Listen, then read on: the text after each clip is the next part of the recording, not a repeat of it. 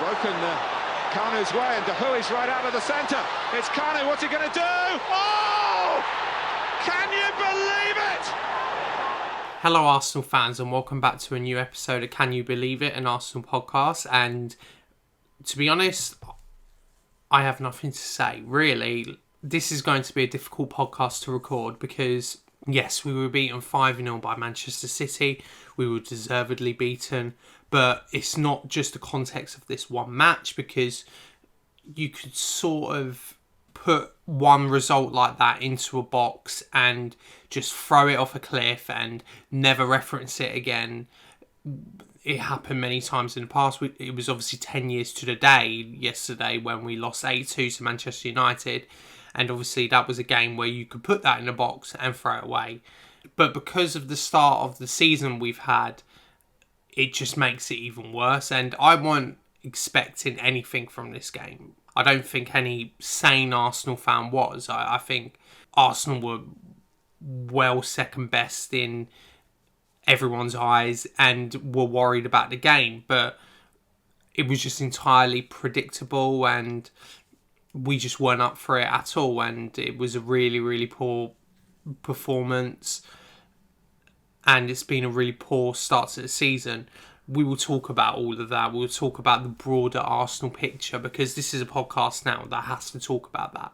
I don't think we can ignore the Arteta question, even though I don't think the club will be thinking the way most fans are thinking. I think it's still completely justified to be speaking about that. Like, it is completely right as an Arsenal fan, as a fan of a club which should be doing much, much, much better than where it is right now, to question if the manager should be still in a job or lucky to still be in a job. But we will get to that. We have to talk about the performance a bit, because even though after a while it just became a bit of the same, it's not like we were that good anyway. I can't even remember some of the goals, to be honest. We have to talk about the performance because it is football, it is about the game. So let's get into the lineup. So this was the head scratching thing from Arsenal. So Bernd Leno started in goal with a back five of Cedric, Callum Chambers, Rob Holding, Sead Kolasinac and Kieran Tierney. And then a midfield four of Saka, Odegaard, Xhaka, Smith Rowe and Aubameyang. I think it was more of a 3-4-3, and I think Odegaard was playing double pivot with Granit Xhaka. But the team selection was baffling. I was confused. When I saw the team, I was like, I don't get it. Firstly, I don't know how Sead Kolasinac is still playing games for Arsenal, especially as a left centre-back. That's mental to me. Sead Kolasinac is one of the worst passers I've ever seen in my entire life, and he is still starting for Arsenal in 2021.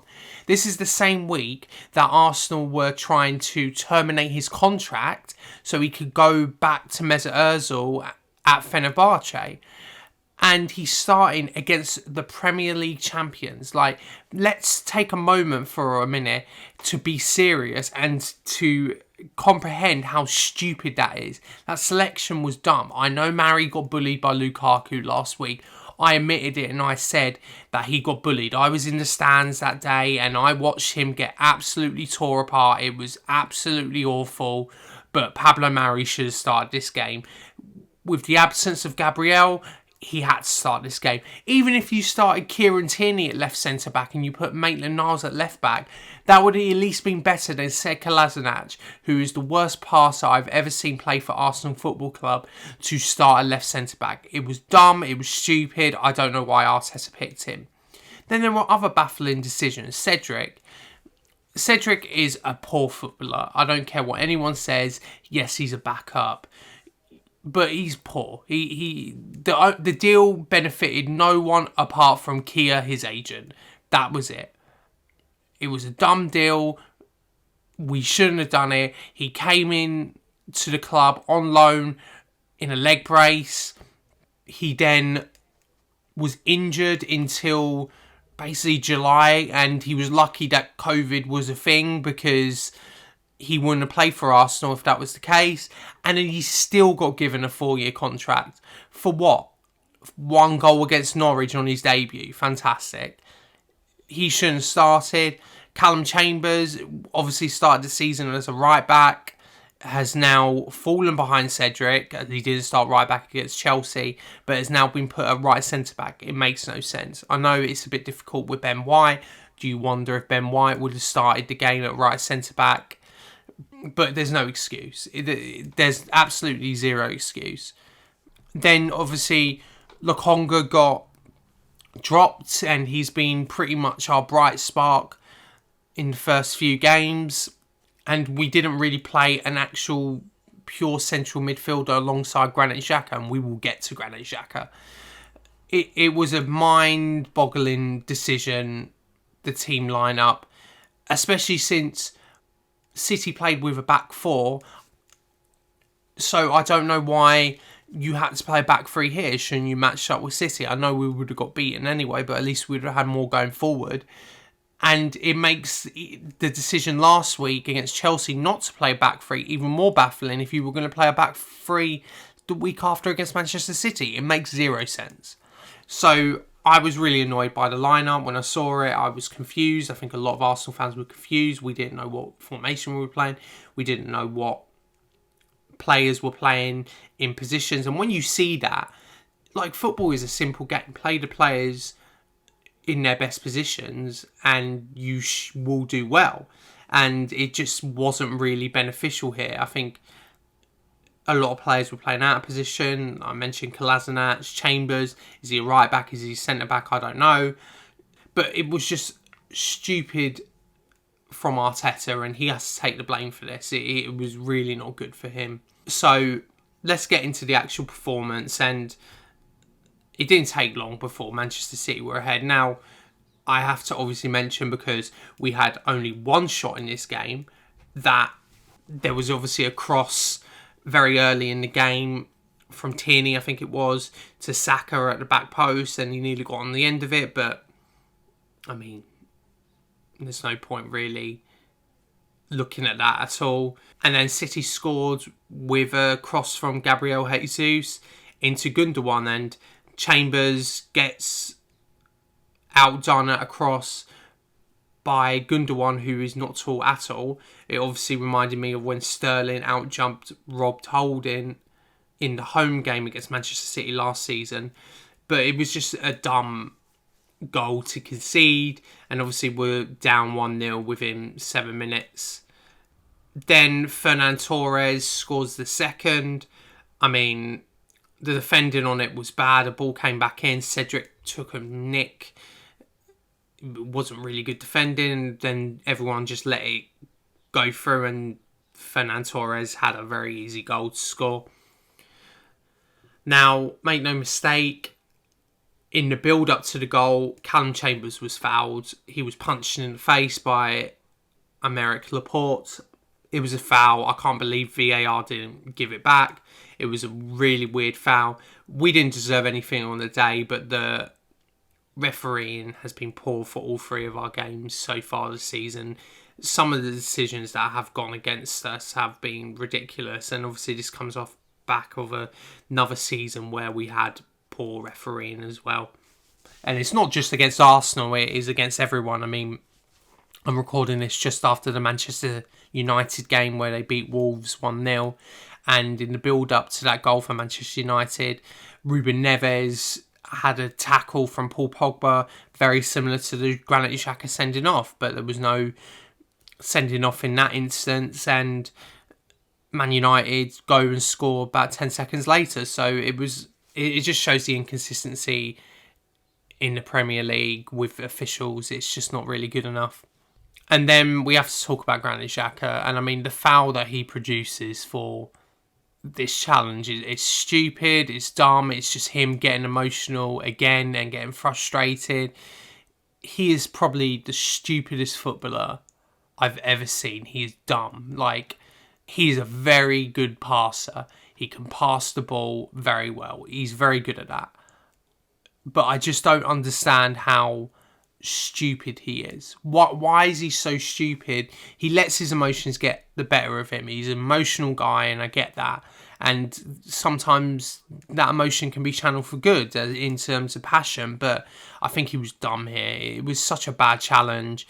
A lot of people were saying because he didn't touch him, that it wasn't a red card. I don't care. It was a red card. It was a reckless challenge. The Pogba one on Neves should have been a red card as well today, so I don't really buy it. He should be sent off. It's not a doubt in my mind that he should have been sent off here. So down to 10 men, 2-0 down, and really the writing was on the wall, and Gabriel Jesus gets an easy goal because Ederson can pass through our midfield for the third, and Jack Grealish is running at Cedric. Cedric gets nowhere near him. Callum Chambers comes to help, doesn't get anywhere near him. Jesus, he touches it really badly and still has enough time to shoot and score. So that's 3-0. The fourth goal, I mean, Rodri has a good effort outside the box. It's a good curling finish, and fair play to him. He scored a really nice goal. And then the fifth goal again, Riyad Mahrez with a cross in.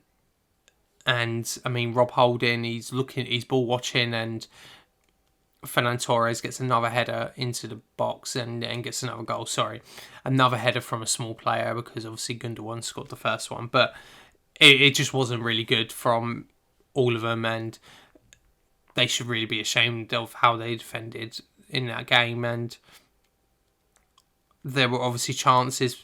Sterling should have scored, potentially. Leno was probably our best player on the day. He made it much more respectable. I mean, 5-0 is not respectable in general, but he made it much more bearable rather than 7-0 or something. But yeah, and I mean, that's all I can really talk about the game, because the game was awful. And like I said, we've had games like this before where we've lost heavily to a team and we've managed to bounce back, and hopefully Arsenal are able to do that. But I don't think it's come after such a bad start to the season, especially a season where we've started, and obviously we've spent a lot of money this summer, but we've started the season with 0 goals, 9 conceded.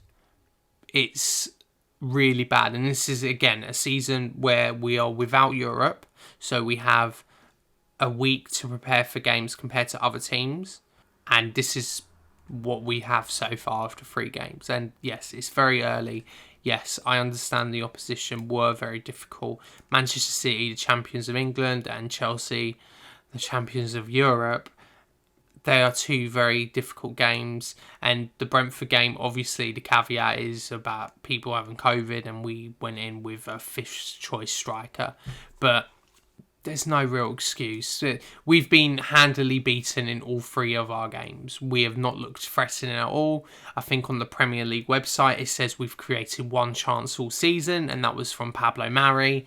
It's just really, really bad from Arsenal, and where do we go from here? I don't know. That's the thing. We had 1 shot in this game. 1 shot. We had 18% possession. It's just, the standards are in absolute hell at the moment. I just don't understand how Arsenal are this bad.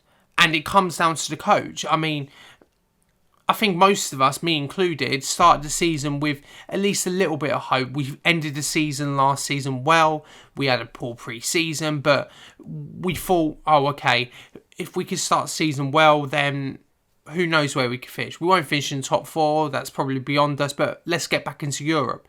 Now, after 3 games, we're completely behind the teams we're supposed to be near. And the worst thing about it is I sit here on Sunday the 29th of August and Spurs are top of the league and Arsenal are bottom of the league. Do you know how depressing that is as an Arsenal fan to speak about that? It's just really, really poor. We talk about everything that's happened over the years with Arsenal. Arsenal have really struggled in transfer market. The hierarchy has not been really good enough for a while. I just don't think Arsenal or KSE know how to appoint people or the right people in the jobs. when Arsene left, they were scared and obviously put their faith into 3 men. One of them, actually 2 of them, left within 6 months, and all their faith had to go into Raul Sanllehi. And then obviously he left within 18 months. And then we were back to square one. Mikel Arteta was given the manager's job. I know Edu is still here, but after an FA Cup win, Arsene Wenger was here, 22 years? And he was obviously manager and deserved that praise. He was obviously given manager when he came in because he was a manager elsewhere. I can't believe this rookie coach was given manager of the club, full control of the club, when he has had 0 experience. You wouldn't get that anywhere else in the world. I don't care. I mean, even Pep at Barcelona, when he became first team coach, still had some coaching with the B team. So at least he has some coaching. This is Mikel Arteta. He's had no coaching. He's had 1 game coaching with Manchester City in an official game, and that was against Lyon, and they lost. It's just a real big risk from Arsenal. And make no mistake, I wanted Arsenal to take this risk because I thought, well, there might be a downside to it, but the potential upside to it could be very beneficial to Arsenal, and it just wasn't really what I saw. And now I think we're sitting here, 3 games gone, no goals scored, 9 conceded, and now I don't know what to do. In any other club, he would be very close to losing his job. He probably should have lost his job last season, if we're being real. At the end of that horrid run in December, he should have lost his job. But that Chelsea game and the run afterwards sort of saved him. But he's got no hiding now. I think most Arsenal fans would say they'd be happy to see him go, and I'm probably the same. And it really pains me because I don't want to sit here and actively say I want any Arsenal manager to go, and I'm not going to abuse Mikel Arteta. He is, after all, an ex-player as well as a manager who's actually won a trophy for us as well. He will be remembered in our history because of that. And I don't think I could ever sit here and abuse an Arsenal manager. I didn't do it with Emery. When people were cheering about Kamada scoring a goal and saying he saved Arsenal because he scored a goal, I was gutted. It's the same with Arteta as well. Until the day he's sacked, I will back him, and I think it will be best if he moves on, and I think that's probably the best thing that the club can do at this present moment in time. But I'm not going to abuse him. I want him to do well. I hope he can turn it around. I hope he becomes the best coach in the world, but I just don't see it. And it's really depressing because now we've started the season and I don't want to really watch football at the moment. And it's obviously more depressing when you have other teams like Manchester United buying Cristiano Ronaldo to bring him home. Like, that's quite depressing. But I think Arsenal have done all right in the transfer market. Obviously, a lot of people will be pointing about getting a bit more ready-made players, but I think Arsenal finally accepted that this is going to be a long-term rebuild, and I'm completely okay with that. And I think the players we signed, yes, we overpaid for Ramsdale and Ben White, I get that, but Martin Odegaard, we basically got him for 10 million plus Joe Willock's sale. I think that's a good deal. He's a good creator. I think Lokonga looks really exciting. Tavares is obviously just backup, and he's raw, but he could develop into a good signing, and he was only less than 10 million, so it's not really any less of a bad decision. Obviously, the first 11 hasn't really approved, and I think obviously we're missing a lot of players like Thomas Partey, like Gabriel, like Ben White. Obviously, these are players that will improve the side, but it's just really discouraging to see Arsenal where they are. Now, I've wrote in my notes, can Arsenal save this? And I don't know if they can. I don't think they'll get relegated. Let's get that out of the way now. I think Arsenal won't get relegated. This needs to be rock bottom. This needs to be as bad as the season will get. Everything up from here needs to be better. We can't keep losing games. We can't keep getting smacked. We need to be winning games. we haven't been competitive in a single game this season. Not one. And if we come back after the international break and we don't beat Norwich, then he should rightfully be sacked. We haven't been competitive. We haven't scored a Premier League goal. That's just so depressing to me. What is there to enjoy when you haven't scored a Premier League goal? It's just a really depressing thing. The run after the international break is massive for Mikel Arteta. If he wants to keep his job, he has to go on a run now. I think we have Norwich at home, Burnley away, then the North London derby at the Emirates, which will be a really interesting game. And then Brighton away, Palace at home, Villa at home, Leicester away, Watford at home. That leads us to the 20th of November when we face Liverpool away, which is obviously going to be a tough game. We end November with Liverpool away, Newcastle at home, and then Manchester United away. Those games are going to be difficult. We all know that. But Arsenal need to go on a run now. There's 8 games before the Liverpool game where we need to be winning. Arsenal need to basically win their next 3 games to write off that bad start. And I know one of them's a North London derby, but form goes out the window for those games. Arsenal needs to be convincingly winning these games. I don't care. It needs to happen for the sanity of me and every Arsenal fan who's listening to this. We need to be getting to a point where Arsenal are winning games again, where they are at least having some hope. Because what's the point without any hope? My hope has gone already. And again, people will say I'm overreacting, but am I? We're bottom of the league. What else can I say? I know it's only 3 games, but the hope has gone for me. We are a laughing stock on social media. We're a laughing stock everywhere we go. I mean, today I went out just to do some errands, and a guy laughed at me today and basically said, "Oh, I feel sorry for you after the season that started." And I mean, I couldn't say anything. I mean, it's quite bad, and it's just, I just don't want us to be an embarrassment anymore. I miss Arsenal being serious. I miss being able to debate with other fans of the top 6 about Arsenal being good and having confidence that we could beat them on our day. And it's been so long since that's been available, and what is the point of being a football fan if there is no hope? If there's zero hope in a season, if there's zero hope in your team, what is the point? And I know Arsenal have been pretty absent in the league for about 15 years. Obviously haven't won the league since 2004, since the Invincibles. And they've won FA Cups along the way, but I don't think I've ever felt this low as an Arsenal fan. I thought last season was bad, and I sort of writ it off as Arteta's first real season, his first full season, and obviously the COVID stuff. But I thought, okay, maybe if we could start this season well, and my hope's gone after 3 games. What's the point now? You have sucked all the life out of me, Arsenal. And that's not really good to have after 3 games, 3 weeks of the season, the end of August. All hope has gone. Fantastic. Right, so apologies for the ranting in the first part of this podcast. Let's get on to the questions and talk about any questions you guys ask me. Obviously, you can ask me any questions at AFC Met on Twitter. I ask them after the game usually, so please ask me any questions to the podcast.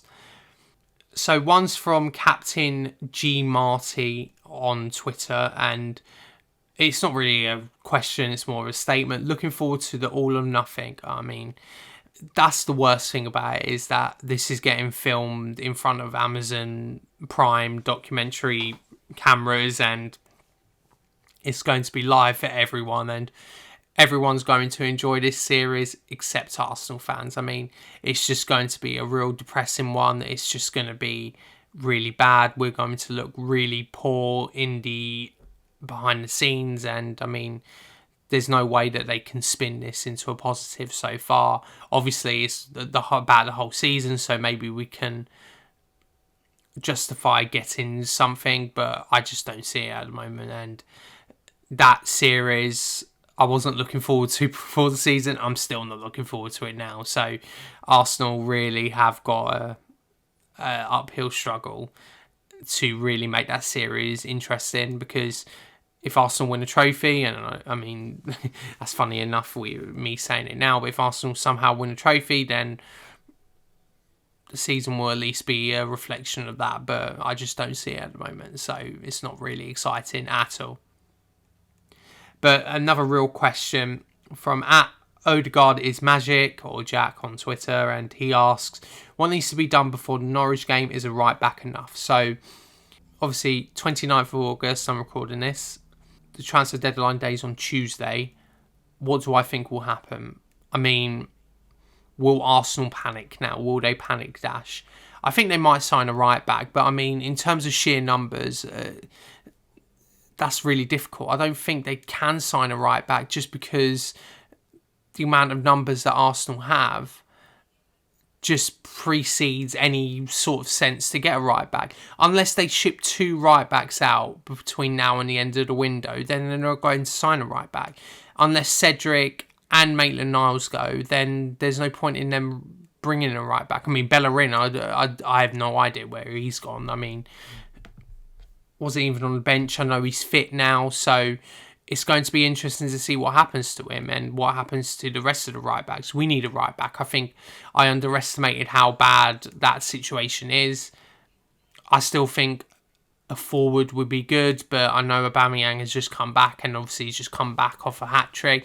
I still believe in him, but the forward options are made worse, I think, because of the system they play. I think Mikel Arteta doesn't help them at all. I think the system they play, it's hard to look really good in this team, and that's quite depressing, because I think Arsenal used to be fun to watch, and I mean, I just don't have fun watching Arsenal anymore. I mean, people will talk about the quality of the squad, and the quality is better, obviously, than where we are. The players are still poor, though, and it just shows the depth options. I mean, Partey gets injured, our whole midfield looks rubbish. Gabriel gets injured, our centre-backs look rubbish. The depth is bad. I mean, it's not even taken into consideration about William Saliba. I mean, he had a man-of-the-match performance against Saint Etienne yesterday, so it's his old club, and I mean, he would have done much better than Pablo Mari. He would have done much better than Sead Kolasinac as centre-back, so obviously he's been sent out alone because the manager doesn't like him, let's be real. I think that's the only decision, and it wouldn't surprise me if he gets sold next summer. So, but I mean, I think Saliba will outlive Arteta at Arsenal, so he might have a role to play. And I mean, it's just quite a depressing situation. I think the squad is basically where it is because of years of bad recruitment in the transfer market, and obviously I think when you don't have rich owners, you don't have the Romans and the PSG's owners, the Qataris or the Saudis in your corner, it's very difficult to get up to the top of the league unless you are perfect in every aspect of your footballing decisions, and Arsenal just make too many bad decisions to be even near that equation. And I think Arsenal are going to have a struggle between now and the end of the window from fans, because fans are going to want signings now. You start poorly and they're going to ask for new players, and will we have a trolley dash like we did in 2011-12? I don't know, but Arsenal have a lot to do, and it mainly comes from the coach being better. And like I said, I'm sorry for being depressing, but I mean, Arsenal have given me zero hope at the moment. There's just no hope being an Arsenal fan at the moment, and it's going to be a bumpy ride, it seems, but hopefully we can all stick together as fans and hopefully get through these dark times as a fan in good condition. So yeah, hopefully we do. Right, anyway, that's the end of the podcast, and it's a bit of a depressing one, like I said, and hopefully Arsenal will start improving. Again, I always use the football can change quickly, and it can, and hopefully it will. Obviously, we have an international break now, so that's depressing. But hopefully after the international break, we start well against Norwich, get some points, and we need them.